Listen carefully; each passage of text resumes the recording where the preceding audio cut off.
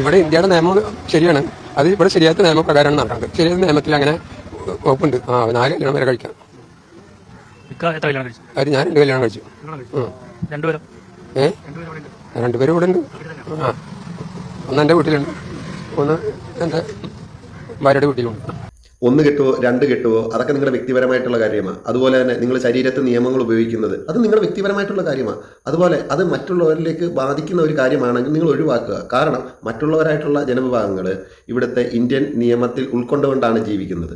ഒരുപക്ഷെ നാളെ ഇവിടുത്തെ ക്രൈസ്തവരായിട്ടുള്ളവർ വന്നിട്ട് നമ്മളോട് പറയുകയാണ്, അല്ലെങ്കിൽ രാജ്യത്തിനോട് പറയുകയാണ്, ഞങ്ങൾക്ക് യേശുവിൻ്റെ 10 കൽപ്പനകൾ അനുസരിച്ച് ഇവിടുത്തെ രാജ്യത്തിൻ്റെ പൊതു നിയമങ്ങൾ അംഗീകരിക്കാൻ ഒക്കുള്ളൂ എന്ന് പറഞ്ഞു കഴിഞ്ഞാൽ എന്ത് ചെയ്യാൻ ഒക്കും?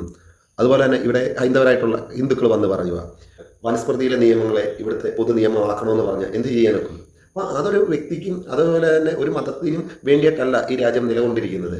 ഇവിടുത്തെ നിയമം എല്ലാവർക്കും ഉൾക്കൊണ്ട് ജീവിക്കുക എന്നതാണ്. മതസൗഹാർദ്ദപരമായിട്ടും അതുപോലെ തന്നെ ഈ രാജ്യം നമുക്ക് തരുന്ന അവകാശമാണ് ഇവിടുത്തെ നിയമങ്ങൾ. അത് എല്ലാവരും അത് അംഗീകരിക്കുക, അത് നടപ്പിലാക്കുക.